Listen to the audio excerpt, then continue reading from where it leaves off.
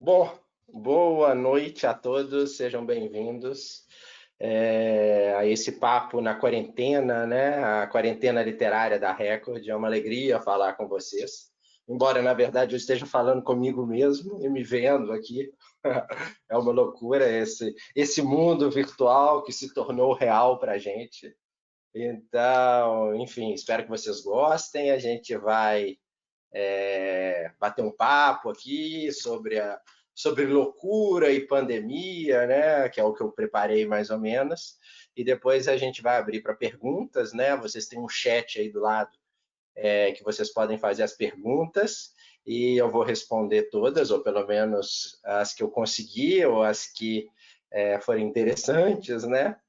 E, bom, espero que a gente tenha um papo agradável. Sejam bem-vindos, né? Primeiro, eu vou me apresentar para os que não me conhecem. Meu nome é Jacques Fux. Eu tenho uma história um pouco maluca. Eu vou contar aqui rapidamente.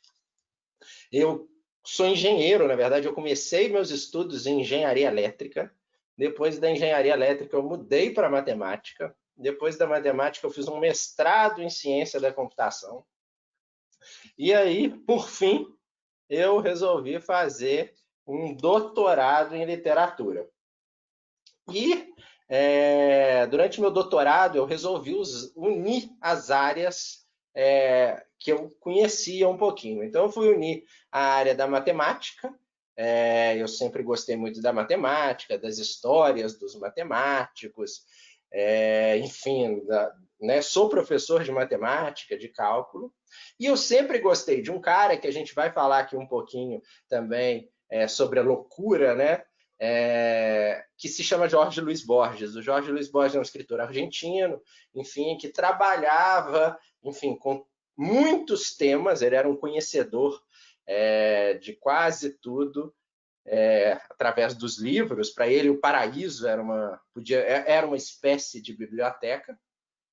E esse Borges ele fazia algumas referências aos matemáticos e à matemática. Então ele faz muito, ele constrói muitas relações com o infinito, ele constrói muitas relações com a enumeração, com os conjuntos, enfim. Então eu peguei todo esse encantamento da obra de Borges com a matemática, peguei o meu conhecimento com a matemática e peguei também um outro escritor que se chama Jorge Perrec, que pensava que a matemática, que, enfim, se a gente tem, por exemplo, um soneto são 2 tercetos e 2 quartetos, que é uma regra matemática, uma restrição matemática.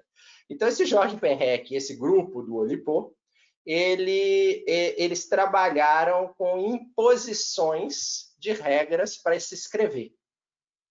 Então, eu fiz um doutorado juntando a matemática e a literatura. Enfim, publiquei meu primeiro livro. Meu primeiro livro se chama Literatura e Matemática. Hoje, inclusive, no Estado da Arte, o Estadão, para quem se interessar, tem um artigo meu sobre literatura e matemática. Está disponível online, é só você digitar literatura e matemática Estadão e está lá. E aí, depois que eu fiz o meu doutorado, terminei meu doutorado em literatura e fiz essa tese sobre literatura e matemática, eu fui para os Estados Unidos, para Harvard, e lá eu comecei com essa minha história de escrever ficção. E aí eu escrevi minha primeira ficção, que se chama Antiterapias. Esse livro ganhou o Prêmio São Paulo de Literatura.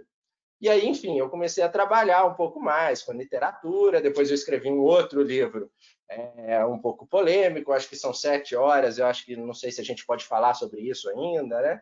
Enfim, que se chama Brochadas. Enfim, as histórias sobre as brochadas. Depois vem o livro que eu escrevi pela Record, que se chama Mexugar, que é um romance sobre a loucura, que eu vou falar um pouquinho sobre ele aqui. Depois eu escrevi um outro livro, também pela Record, que se chama Nobel, que é o meu discurso recebendo o prêmio Nobel. E aí eu escrevi também um livro infantil, que se chama O Enigma do Infinito, um outro ensaio acadêmico. E, por fim, agora eu lancei um livro, que se chama Homenagem Literária. Bom, quem quiser é só dar um Google no meu nome aí, nos meus vídeos na internet, e ou me adicionar às redes sociais e a gente vai bater um papo. Bom, mas a ideia de falar sobre a loucura, né? Qual que foi a ideia, né? Primeiro eu vou falar sobre a loucura e depois eu vou falar sobre, né, o link que eu consigo fazer entre a loucura e a pandemia, né? Sobre a loucura, então, eu brinco que ao longo, né, os meus livros, eu sempre vou gestando os meus livros. Então, ao longo da minha vida, né, o primeiro livro de ficção que se chama Antiterapias, eu fiquei talvez a minha vida inteira pensando nele, né? Porque o Antiterapias é o que a gente chama de autoficção. Então, eu falo um pouquinho sobre os meus momentos, sobre a questão da memória, sobre a questão do passado, sobre a questão das leituras que eu fiz, do desenvolvimento de um jovem, conhecendo o amor, conhecendo a sexualidade, enfim. Então, acho que eu precisei viver meus 32 anos para escrever aos 33 o Antiterapias. Mas ao longo desses 32, 33 anos também, eu brinco que eu colecionava loucos. Então eu sempre achei, né, a figura do louco, enfim, não vamos entrar nas estruturas psíquicas da loucura, mas os loucos, enfim, de uma forma geral, de uma forma distante, para a gente parece, de alguma forma, engraçado, né? Os loucos que cometem, enfim, algumas questões, enfim, fora da norma, né? E aí eu sempre fui colecionando loucos, né? Tem um livro aqui que eu separei para mostrar para vocês que se chama História da Loucura, do Michel Foucault. Acho que vale a pena para quem quiser se envolver um pouco mais na história da loucura, na forma com que isso foi tratado, enfim. Então esse livro foi muito, muito importante para eu escrever esse meu livro sobre a loucura. Então, ao longo da história, eu fui colecionando esses loucos, né? Esses loucos que, enfim, fizeram parte da minha vida, até que um dia eu resolvi escrever sobre a loucura, né? Meshuggah, que é o livro que eu gostaria de falar um pouquinho, em hebraico significa louco. Então, o livro é a história da loucura, só que eu tive que fazer um corte em relação à loucura, porque a loucura é um assunto tão vasto, enfim, tão complicado, e eu resolvi dar um foco na loucura judaica.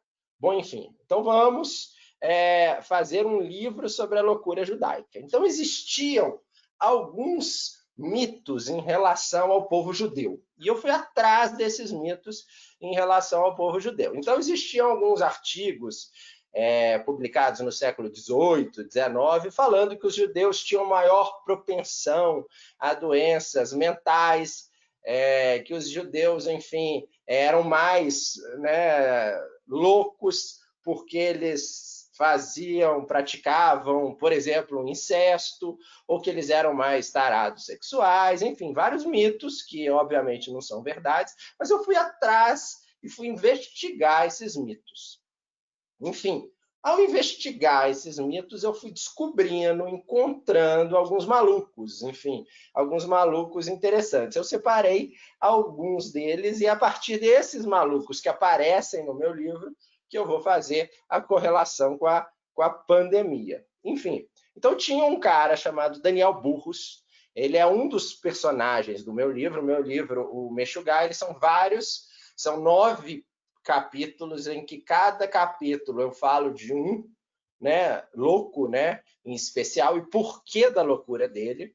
Então, são pessoas reais que viveram e todos os dados apresentados no livro são biográficos, com exceção do momento que o narrador entra na cabeça do personagem. Então, no momento que o narrador entra na cabeça do personagem, vocês concordam comigo que a partir desse momento é uma ficção, embora tudo seja biográfico, onde ele nasceu, os problemas que ele teve, enfim, tudo isso é verdade, mas no momento que entra na cabeça desse personagem passa a ser ficção. Então, Daniel Burrus era um garoto judeu que cresceu no Brooklyn, em Nova York. Ele, enfim, frequentou a sinagoga, foi um judeu atuante.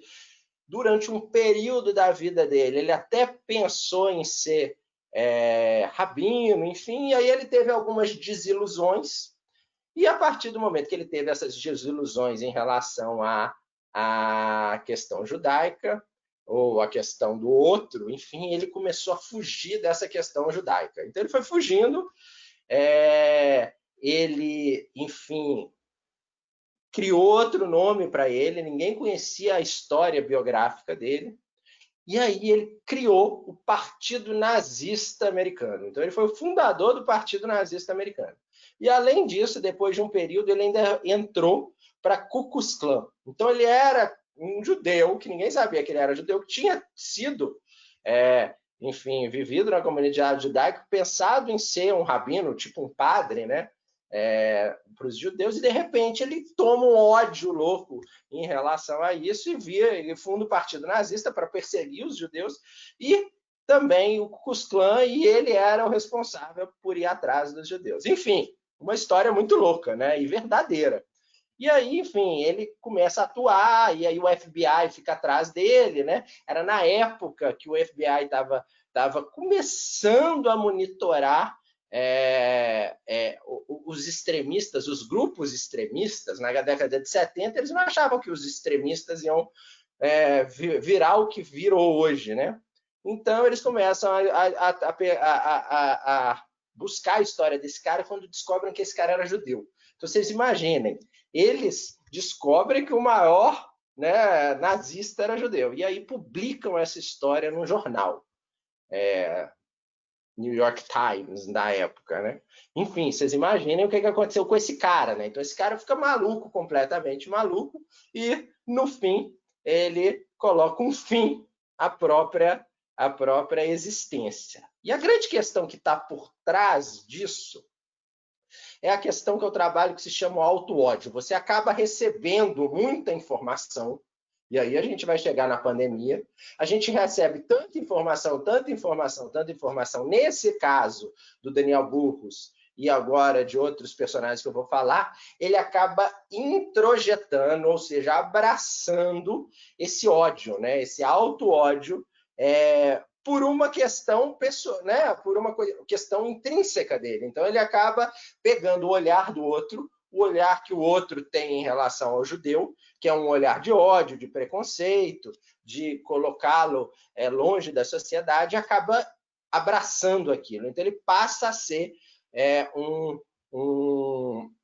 judeu que odeia o judeu, no caso do auto-ódio. A gente está vendo aí uma questão bem contemporânea, né, que é esse ministro da Casa dos Palmares, enfim, que quem está acompanhando isso sabe do que eu estou falando, que ele também é uma figura bem controversa, né? Ele é um negro e que tem, né, um preconceito grande em relação a isso. Então, enfim, existe toda essa teoria do auto-ódio. Tem um outro personagem também, que era o Bob Fischer, que também é um dos capítulos do meu livro. O meu livro eu fico olhando sempre para trás, porque ele está aqui. Esse é o Meshuggah, que é o romance sobre a loucura. Então, o Bob Fischer era, né, aos 15 anos de idade, aos 9 anos de idade, já era campeão americano de xadrez. Era um dos maiores jogadores de xadrez. Aos 15 já era um dos melhores do mundo. Depois, com 19, eu acho, ou 20, ele ganha o campeonato mundial de xadrez, enfrentando o maior enxadrista da época, que era russo. Imagina, um americano ganhando de um jogador russo de xadrez no esporte em que os russos tinham o maior orgulho de ter o campeão mundial. E aí ele vira o grande ídolo americano. Além dele ser americano, ele era judeu também. Ele volta para os Estados Unidos, ele vira o maior ídolo. É numa época que o esporte ainda estava se desenvolvendo. Então as pessoas começaram a ganhar muito dinheiro com o esporte, começaram a ter patrocínio. Ele era um dos caras, ele saiu em carro público, todo mundo aplaudindo a vitória dele, enfim. E aí ele começa a dar uma pirada, some do mundo, aí chamam ele para ele enfrentar uma nova pessoa pelo título mundial. Ele resolve não aparecer, então ele perde o título mundial de xadrez, porque, enfim, não apareceu. Ele some do mundo, tal, e em 2001 ele reaparece novamente dando uma entrevista numa rádio das Filipinas. Ele tinha aparecido em 2001, logo depois das Torres Gêmeas, quando o avião derruba as Torres Gêmeas. E o que acontece naquele momento é que ele vem a público e fala assim, olha, o Osama Bin Laden, o que ele fez foi a melhor coisa para a humanidade. Então o cara dá uma pirada, porque ele era o grande ídolo americano tal, e vira um ódio em relação aos americanos e particularmente aos judeus. Ele chama os Estados Unidos de Yiddish Land, que é, né, o Yiddish da língua Yiddish que os judeus da Europa Oriental falavam, e da Land, da ilha dos judeus. Então ele fica com ódio gigantesco em relação aos judeus. E aí acaba, enfim, vão perseguindo ele, começa uma grande loucura, enfim. Então esse personagem também tem uma loucura gigantesca, né? Tem que entender essa loucura. E o personagem, né, o narrador desse livro, se propõe justamente a ir atrás, entrar na memória, entrar no que se passa na cabeça desses caras. Então, a grande questão da loucura, né, pelo menos dessa loucura judaica que eu exploro no Meshuggah, nesse livro aí que eu me propus a falar um pouquinho, né, é a questão do auto-ódio, é a questão da gente pegar esse olhar do outro, esse ódio que o outro tem em relação a gente e se acabar abraçando esse ódio. Enfim, o que eu pensei em linkar essa questão toda com a pandemia, né? Com a loucura e a pandemia agora, né? Enfim, eu também sou, como eu disse para vocês, um mestrado. O meu mestrado é em computação, e na época que eu fiz o meu mestrado, eu trabalhei com as questões de inteligência artificial. Mas na época do ano 2000, 2002, assim, a ideia da inteligência artificial estava nascendo através das redes neuronais, só que a gente não tinha dado suficiente, ou seja, a gente não tinha informação e a gente também não tinha computação, hardware, máquinas, para trabalhar com a inteligência artificial. A partir de 2013, 2014, enfim, isso começou a aumentar, ou seja, a gente começou a ter um número gigantesco, uma quantidade gigantesca de dados, ou seja, tudo que a gente faz na internet, no celular, enfim, eles estão coletando e guardando os nossos dados, e a gente também tem toda informação, guardar informação é muito barato. Então, um pendrive, por exemplo, você grava, né? Você tem pendrive de 1 tera, de 256, 512 GB, ou seja, você tem muita quantidade de dados. Então, o que está acontecendo nesse mundo agora, e eu acho que essa tem a ver um pouco com essa informação exagerada e com essa angústia que a gente está vivendo, né?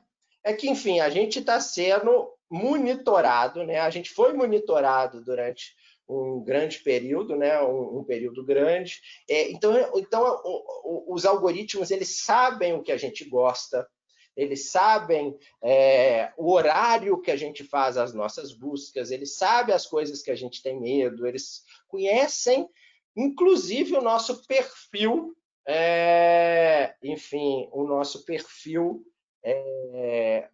político, a nossa visão política e as coisas que a gente gosta e a gente não gosta, né? Uma das coisas mais viciantes na história, né, que até hoje ainda é uma das coisas mais viciantes, são aqueles jogos de quando você vai no cassino e faz aquele jogo que você aperta o negócio e aí de vez em quando dá certo, de vez em quando não dá certo, de vez em quando você ganha dinheiro, de vez em quando você não ganha dinheiro. E as redes sociais, os algoritmos, eles também usam mais ou menos essa ideia para nos viciar. E além de nos viciar, eles conseguem entender como que é o nosso mecanismo. Então, o que acontece hoje, e aí eu acho que toda essa pandemia e essa loucura tá acontecendo, é que, enfim, a gente é bombardeado o tempo inteiro por informações e notícias que são as que a gente estava buscando. Então, se, enfim, em algum momento a gente vivia um pouquinho para o lado esquerdo, um pouquinho para o lado direito, num dado político, esses algoritmos que nos conhecem melhor do que nós mesmos, e se alguém tiver alguma pergunta, a gente pode falar sobre isso, esses algoritmos que nos conhecem melhor do que nós mesmos, eles vão dando informações para a gente ir cada vez mais para os extremos. Então, se você era um pouquinho da esquerda, você vai recebendo um monte de notificação e notícia da direita, que é coisas ruins da direita. Enfim, você vai se tornando cada vez mais extremista para a esquerda. E a direita, ela recebe exatamente a mesma quantidade de informações falando mal da esquerda. Então, o que a gente acontece hoje nesse momento é que as pessoas estão extremistas, elas estão do lado esquerdo e do lado direito o mais que elas podem, né? E isso vai controlando toda uma sociedade. E a gente chega nesse momento, que é o momento da pandemia, enfim, a coisa está descontrolada. É um momento em que a ciência também está tentando entender o que está acontecendo, porque as coisas estão mudando e estão precisando ser compreendidas a todo momento. E aí acontece toda essa convulsão de mensagens, né, que também tem, né, que desnorteiam toda uma comunidade, né? Então, além de toda essa questão, enfim, pandêmica e política, a gente ainda tem um monte de informação. Muitas dessas informações são, né, tem muita coisa de fake news. Por quê? Porque, enfim, essa coisa da gente clicar em informações ou né, notícias que nos são mais tocantes, assim, que são mais alarmantes, ela é maior. Então, o que acontece o tempo inteiro é que a gente é bombardeado, enfim, por essa coisa toda, e aí, enfim, fica um ambiente, um mundo de extremos, com as notícias rolando e acontecendo o tempo inteiro, e você fica perdido, você fica, enfim, né? Você acaba entrando nessa paranoia, nessa loucura, enfim, que eu descrevi esses meus personagens nesse livro do Mexugar, né? Que é um romance sobre a loucura. Então, eu acho que, enfim, meus próximos trabalhos, eu estou, enfim, pensando nessas coisas das informações, da loucura. Existem alguns livros muito interessantes, por exemplo, o Yamakin, A Máquina que Sou, é um livro que fala sobre essas questões da inteligência artificial, fala sobre essas questões também, enfim, no mundo que ele concebeu antes da pandemia, mas um mundo também que as informações vão sendo muito discutíveis e muito popularizadas, enfim, muitas brigas em relação às informações. Tem alguns livros sobre inteligência artificial muito interessante. Esse meu livro, Literatura e Matemática, eu falo um pouquinho sobre a união entre a computação, a matemática e a literatura. Esse aqui é o livro, para quem se interessar. E eu também tenho um livro infantil que eu brinco também com essas questões de literatura, matemática, ficção, enfim, algoritmos, para crianças de todas as idades, que eu penso. Então, acho que a grande questão é falar, né, é pensar um pouquinho no que esse outro, no que a sociedade em que você está inserido e esse olhar que o outro tem em relação a você, como que isso tem a ver, como que isso influi a sua própria visão de si. Então, o Meshuggah, né, existem outros personagens no Meshuggah que também são razoavelmente loucos, né, ou muito loucos. Por exemplo, tem um mito em relação à loucura judaica, né, que os judeus seriam um povo que teria uma tara sexual exacerbada, né?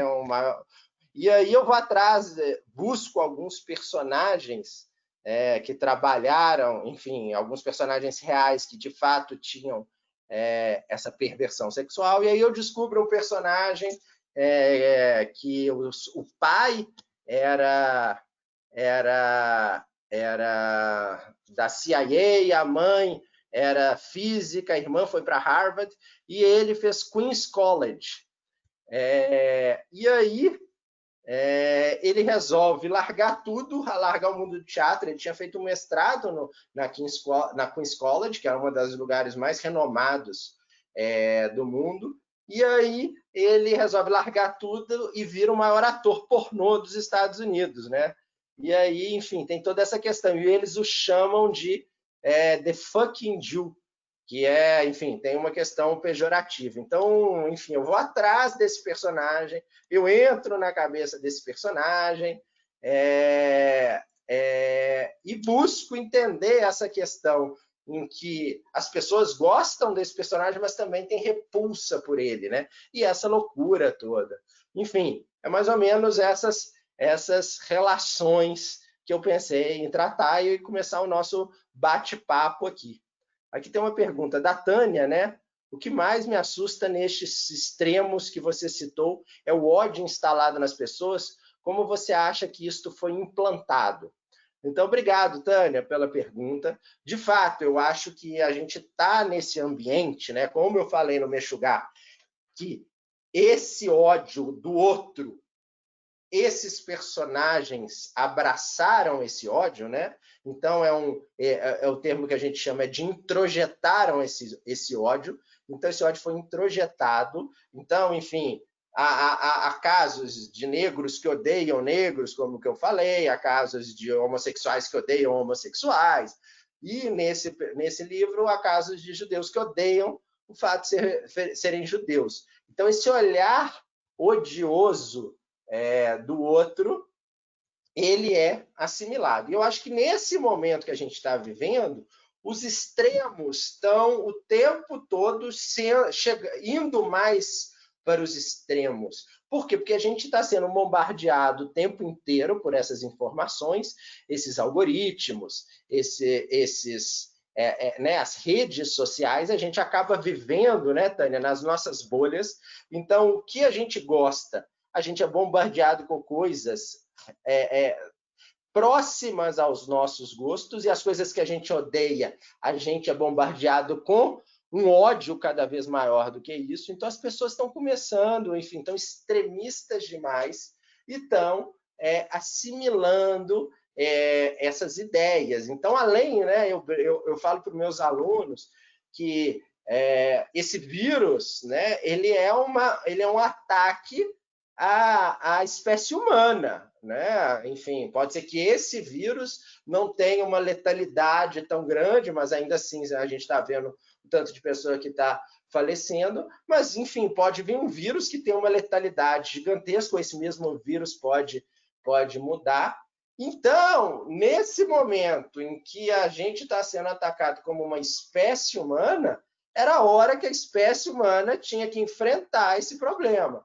E aí a gente está tão alucinado, tão numa pandemia de informações cada vez mais extremistas. Enfim, você tem a sua postura, mas a outra pessoa ela recebe as mesmas informações contrárias à sua, e as pessoas ficam, né, guerreando por causa disso. Então acaba que, enfim, a hora que a gente tinha para se unir, para enfrentar uma ameaça à espécie humana, o que a gente está vendo é justamente o contrário, né? Sobretudo aqui no Brasil, como que a coisa está tá uma briga exacerbada, uma disputa exacerbada por ter razão e não por salvar vidas. Então, eu acho que isso tem muito a ver, Tânia, com os algoritmos, enfim, com o extremismo dos algoritmos, né? Tem um estudo que, enfim, na época da eleição, todo mundo, toda a história da ciência política mostrava, quando começarem o horário na televisão, os que tiverem mais tempo de televisão fatalmente vão ganhar, que é o que aconteceu historicamente. E o que a gente viu foi justamente que quem monitorava as redes sociais e os WhatsApps foram as pessoas que viram que a troca de mensagens que estava rolando no WhatsApp era relativo ao atual presidente. Então, quando começou as propagandas na televisão, ninguém deu a menor bola para aquilo, porque a rede WhatsApp era que estava bombando. Quando os outros né, concorrentes viram isso, eles já estavam para trás. Então, a grande questão é esse bombardeamento de ideias e de mensagens falsas, enfim. Tem outra pergunta aqui. Matematicamente, tem como nos protegermos desta lavagem cerebral? Matematicamente, eu não digo, mas algoritmicamente a gente tem que nos policiar, né? Então, por exemplo, tem uma coisa que que todo mundo paga, né? A gente paga para ir num restaurante bom, a gente paga para, enfim, se a gente tem condição de comer melhor, a gente paga para ir num clube, a gente paga para sair, a gente paga para ter uma roupa, se a gente quiser uma roupa melhor, mas uma coisa que, enfim, 99% das pessoas não pagam, não querem pagar é por informação. Então, são raríssimas as pessoas que assinam um jornal, que assinam uma revista, enfim. E aí, a informação que as pessoas recebem é por WhatsApp. E o WhatsApp, as pessoas recebem links suspeitos de todos os lugares do mundo e bombardeados por mensagens falsas. E aquilo quando aquilo te abraça, se aquilo está falando uma coisa que é uma coisa que você sente, você nem procura saber se aquilo é verdade ou não, você vai repassando. Então, você está propagando isso também. Então, uma forma de você se proteger dessas mensagens, desse extremismo, talvez seja você ler as informações, não repassar essas informações, buscar informações relevantes em sites, né? Por exemplo, eu falo para os meus alunos para a gente entrar na Nature, na Science, enfim, na New Yorker, na New York Times, e saber o que está acontecendo, o que está sendo dito por lá. E aí, enfim, seria bom pagar uma plataforma para notícias interessantes. Então, não acreditar e não mandar, respirar. Tem a pergunta da Raquel aqui. Diante de uma realidade tão extremada, qual seria o caminho de uma literatura de autoficção? Obrigado, Raquel. Então, inclusive amanhã eu vou dar um curso, né, lá no SESC, que vai falar justamente sobre isso, né? Como que a gente vai entender esse momento, porque, na verdade, Raquel, a gente está num momento de pandemia, então a gente está num momento traumático da história, né, uma guerra contra a espécie humana, eu acredito, né? E, enfim, dentro de um trauma, a gente não consegue muito entender, né, fazer uma análise muito precisa do que está acontecendo. E, além disso, a gente está vivendo um luto muito grande.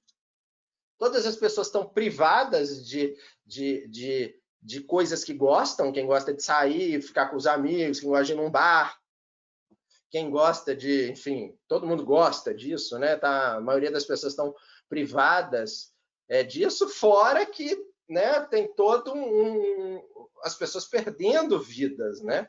Então, você está num momento de trauma e de luto, Raquel. Então, é difícil você se colocar e entender realmente como que é como que é isso, né? Como que você vai entender isso e escrever, né? Porque a escrita, então, amanhã o curso que eu vou dar é sobre diários e autoficções. Então, os diários, você pode relatar o que está acontecendo, enfim, sem muito apuro, você está no meio do buraco. A autoficção, ou a literatura que vai nascer, pelo menos eu espero que daqui a alguns anos eu consiga escrever sobre esse momento. A autoficção é justamente você olhar para o seu passado, você olhar para as suas memórias, você olhar para os seus momentos e tentar entender o que aconteceu, ou tentar, por isso o nome de ficção, autoficção. Quando você sai de uma experiência, no caso traumática, você vai acabar se esquecendo de algumas coisas. Então, a ficção vai preencher as suas lacunas. E aí você vai ser capaz de elaborar, de perlaborar, de entender esse momento. Então, eu acho que a autoficção, ou a ficção mesmo, ela vai vir com o tempo. Eu acredito que daqui a alguns anos a gente vai conseguir escrever artigos, escrever livros, né, interessantes literariamente sobre esse momento. No meio da confusão agora, as coisas que saem, eu acredito que são diários e são textos assim, entendendo uma coisa pontual, mas não uma coisa global. Então, acho que a autoficção ainda vai chegar. Ainda não é no momento, como aconteceu com os sobreviventes da Segunda Guerra Mundial. Alguns fizeram diários, eu tenho alguns diários dos sobreviventes ou não sobreviventes, mas os livros mesmo de literatura, de autoficção, de testemunho, que a gente chama, eles vieram com o tempo. O Primo Levi escreve o livro em 1947, e aí ele só depois de 2, 3 anos do fim da guerra que ele consegue escrever, que se chama Isto, um Homem. O Marconi está perguntando aqui, parece que as mensagens de desinformação ou falsas têm uma estética tipo, repassem sem dó, uma junção de informações picadas. Então, Marconi, na verdade, a mensagem que você repassa, ela é aquela que te faz um carinho. Então, se você está se você está com ódio, com raiva, angustiado com uma determinada coisa, e de repente você recebe essa mensagem, né, que o outro lado fez uma coisa absurda, você nem pensa se aquilo é verdade ou não, você repassa. Você repassa. Então, as mensagens, o fake news, essas desinformações, elas são justamente, elas são, né, chocantes, elas não são, né? Não é um estudo, por exemplo, que sai na Nature, que te fala que alguma, né, 2.000 ensaios foram feitos e 70% deu isso, 30% deu isso, alguma coisa deu inconclusiva, que não é aquela coisa, a vacina chegou, ou a cloroquina não serve para nada, ou a cloroquina serve para tudo. Então, a fake news ela tende a ser uma coisa que te abraça e que faz você compartilhar imediatamente. A Adriana está perguntando, a médio e longo prazo, seria possível dizer que esse isolamento será a propulsão para um novo tipo de loucura em massa? Então, Adriana, se a gente for pensar, uma das áreas do meu estudo no pós-doutorado, Adriana, é justamente o trauma da Segunda Guerra, o trauma do Holocausto. Então, né, a gente teve os campos de extermínio, a gente sabe que, né, só em torno de 6 milhões de judeus morreram, fora 10 milhões de pessoas, enfim. E aí o que aconteceu, Adriana, é que quando acabou essa guerra, os sobreviventes eles ficaram altamente traumatizados. E esse trauma é um trauma geracional, é uma geração de pessoas traumatizadas. Então, a gente encontra características na geração dos sobreviventes, a gente encontra características na geração dos filhos dos sobreviventes e a gente encontra, inclusive, características na geração dos netos dos sobreviventes. Então, mesmo que seja um sobrevivente brasileiro e um sobrevivente russo, que tem experiências e culturas completamente diferentes, existem uns traumas e uns traços comuns. Então, o pessoal os sobreviventes, uma das coisas que aconteceu com eles foi um silêncio. Durante muito tempo, eles ficaram tão angustiados e traumatizados com o que eles tiveram durante a Segunda Guerra, que eles resolveram se silenciar. E esse silêncio causou ainda mais problemas, né? Se você se interessar, Adriana, se você digitar na internet pornografia e holocausto, Jacques Fuchs, você vai ver um artigo que eu escrevi justamente sobre isso. E o que aconteceu, e eu conto também no meu livro Brochadas, se você se interessar também, que é que a geração dos filhos dos sobreviventes não sabiam o que tinha acontecido com os pais, porque os pais não contavam. De 45 até 61, eles ficaram em silêncio, e aí o fato de não contar ocasionou que eles começassem a inventar histórias sobre o Holocausto. Então, uma das histórias que eles inventaram foi umas revistinhas pornográficas dizendo que o Holocausto, enfim, tinha abusos sexuais das mulheres com os prisioneiros. Então, nesse livro eu exploro essa questão da pornografia do Holocausto no Brochadas, enfim, ou então nesse artigo. Então, eu acho que na nossa pandemia, né, que a gente está vivendo, eu acho que vai ter uma geração muito traumatizada. Eu imagino que daqui a alguns anos, né? Não, quando acabar isso, o que mais vai acontecer, que a gente vai receber de informações o tempo inteiro, vai ser, enfim, o tempo inteiro a gente vai ser bombardeado por falsas informações, algumas até corretas, em relação a que um vírus lá na China apareceu, outro vírus, e um vírus lá no Uzbequistão apareceu. E se a gente, né, enfim, se a gente não pensar, né, se são informações verdadeiras ou não, a gente vai entrar em pânico o tempo inteiro, né? Porque, enfim, acabando isso, a gente tendo uma vacina, a gente razoavelmente voltando aos poucos a uma vida normal, a gente vai ficar traumatizada de qualquer informação que chegar a gente e falar assim, isolamento novamente, confinamento, morte, enfim. Então, eu acho que a gente, primeiro, a gente tá muito cedo ainda para a gente entender né, o trauma dessa nossa geração, né? E da geração, por exemplo, dos filhos, né? Tem muitos filhos confinados em casa que também, apesar deles não expressarem isso, eles estão sentindo a privação, né? Então, acho que a gente ainda não está muito, a gente não ainda tem condição de entender. Eu acho que daqui a um tempo vai, mas eu acredito que, enfim, mensagens de WhatsApp falando que um vírus chegou em algum lugar vão rolar o tempo inteiro.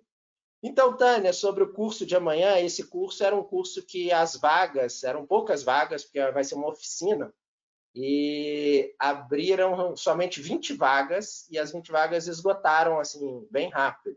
Então, o curso de amanhã, que eu vou falar sobre diários e autoficções, o de amanhã já está preenchido, mas dia 30/6 vai ter outro. E vão abrir as vagas de novo pelo site, é grátis, é só se inscrever, mas tem que correr. O que eu sugiro é você ficar, se você estiver me seguindo nas redes sociais, eu sempre estou lá e sempre vou postando sobre os cursos, sobre os livros e os artigos que eu publico. A Milena pergunta como ficam as memórias e as experiências de quem sobrevive a uma pandemia ou uma guerra. Então, Milena, eu acho que se a gente for pensar novamente nas memórias, que foi o que eu já estudei no meu doutorado e no pós-doutorado, dos sobreviventes da Segunda Guerra, ou dos sobreviventes da ditadura, né, que foram torturados, enfim, eu acho que, enfim, existe toda essa questão do testemunho, e a questão do testemunho ele está calcado, Milena, nessa questão das falhas de memória. Então, quando a gente vai lembrar de um evento traumático, por exemplo, tem vários escritores que sobreviveram ao Holocausto e eles recordam do momento em que eles foram, né, selecionados, né? Tanto que todos têm a memória que quem os selecionou ou para viver ou para morrer, que era um crivo de um médico que fazia todos, falam que foi o Mengele, né? Sendo que alguns lembram do Mengele, sem o Mengele nem mesmo estar naquele campo de concentração. Mas não porque eles querem inventar a história, não porque eles querem falsear a história. É porque a nossa memória, de alguma forma, né, nossa psique, enfim, ela tenta esconder, abafar alguns momentos para a gente conseguir viver. Então, esses sobreviventes de guerra, esses sobreviventes, né, das torturas, das ditaduras, dos gulags, enfim, que foram coisas que eu trabalhei, eles, ao rememorarem, eles rememoram com várias lacunas. E essas lacunas, ou esses esquecimentos, eles são propositais para continuar vivendo. Então, eu acho que né, a nossa geração vai ser uma geração que talvez, né, a gente já está 3 meses confinado, né, são 90 dias, e se a gente for passar né, o que a gente viveu nesses 90 dias, talvez a gente não consiga ter a dimensão dos 90 dias, porque a gente também, se você puder o tempo inteiro rememorar todos esses 90 dias, talvez seja demais, né? Então, daqui a alguns meses, quando isso acabar, ou daqui a uns anos, talvez a gente não vá conseguir entender tudo que aconteceu, ou a gente vai recalcar, ou a gente vai esquecer mesmo, né? A Raquel pergunta como você acha que a literatura pode contribuir como um tratamento dessas neuroses que poderão advir da pandemia. Bom, eu acho que a literatura, a arte, né? A gente está vendo nessa pandemia como é importante a arte, né? Se a gente não tivesse a possibilidade de ver um filme, se a gente não tivesse a possibilidade de ler um livro ou de ouvir uma música, né? Se a gente fosse privado até disso, né? Puxa, a gente estaria em maus né? Lençóis. E a literatura, quando a gente conhece, a gente pode ler essas memórias desses sobreviventes, esses diários, por exemplo, o diário de Anne Frank, ou o diário de Ruth Kaká. Eu até separei aqui uns diários para amanhã, né? Então, eu tenho esse diário de Ruth Kaká, que é muito bom. Eu tenho o diário de Anne Frank, que todo mundo conhece. Eu tenho esse aqui, que é um diário de um sobrevivente também. E esse também, um diário muito bonito, que se chama o diário de Mary Berg. Então, talvez se a gente puder entender, ler os diários, outras pessoas que passaram por privações, talvez isso possa nos acalentar para tentar superar, enfim. No meu caso, eu estou escrevendo um livro novo, e esse livro novo é sobre o meu período em Harvard. Eu fiquei lá de 2012 a 2014, então eu acho que está né, depois de eu ficar 6 anos pensando nos meus momentos lá, em tudo que os encontros e as leituras, né, foram importantes e fizeram escrever meus livros, acho que isso tem me acalentado, assim, me dado uma tranquilidade para tentar me abstrair um pouquinho do momento, né?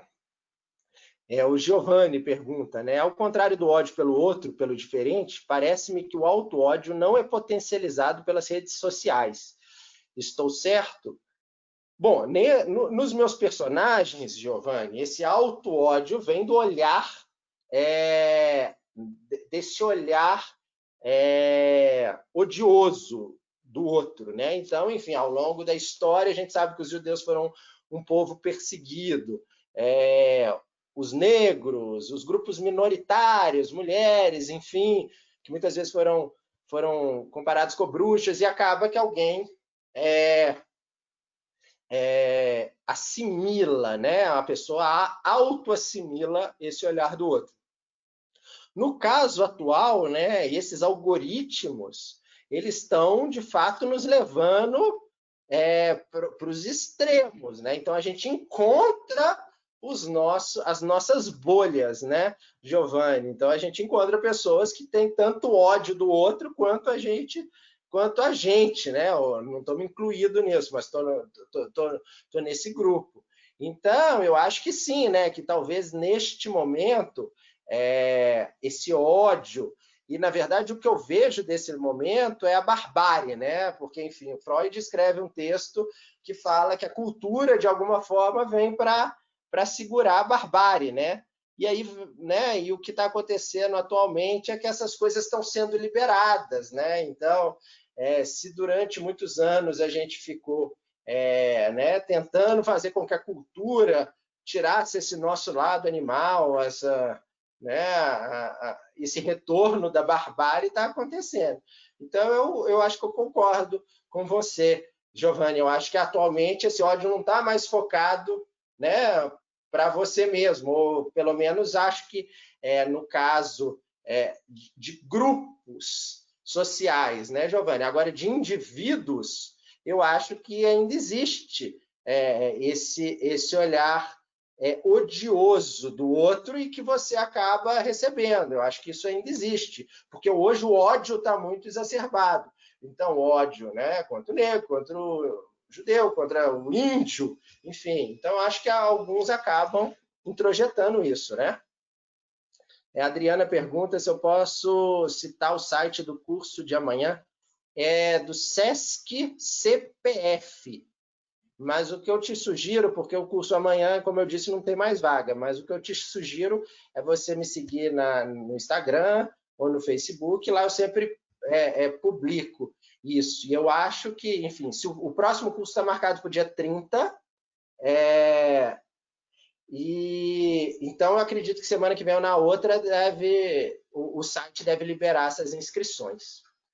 O Marconi, essa questão do ódio aos judeus era uma questão de racismo. Enfim, eu acho que essa questão é polêmica sobre a questão do racismo, raça, né?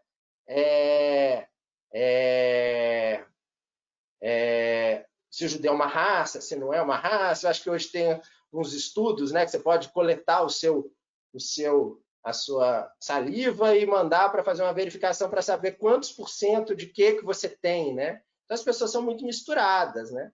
Eu acho que o ódio aos judeus, no caso, é o ódio ao desconhecido, ao estrangeiro, né? Hoje a gente percebe isso o tempo inteiro, esse ódio com o outro, com o estrangeiro, né? Hoje que é um mundo diaspórico, né? Porque os judeus foram um povo diaspórico durante muito tempo, diáspora que saíram pelo mundo.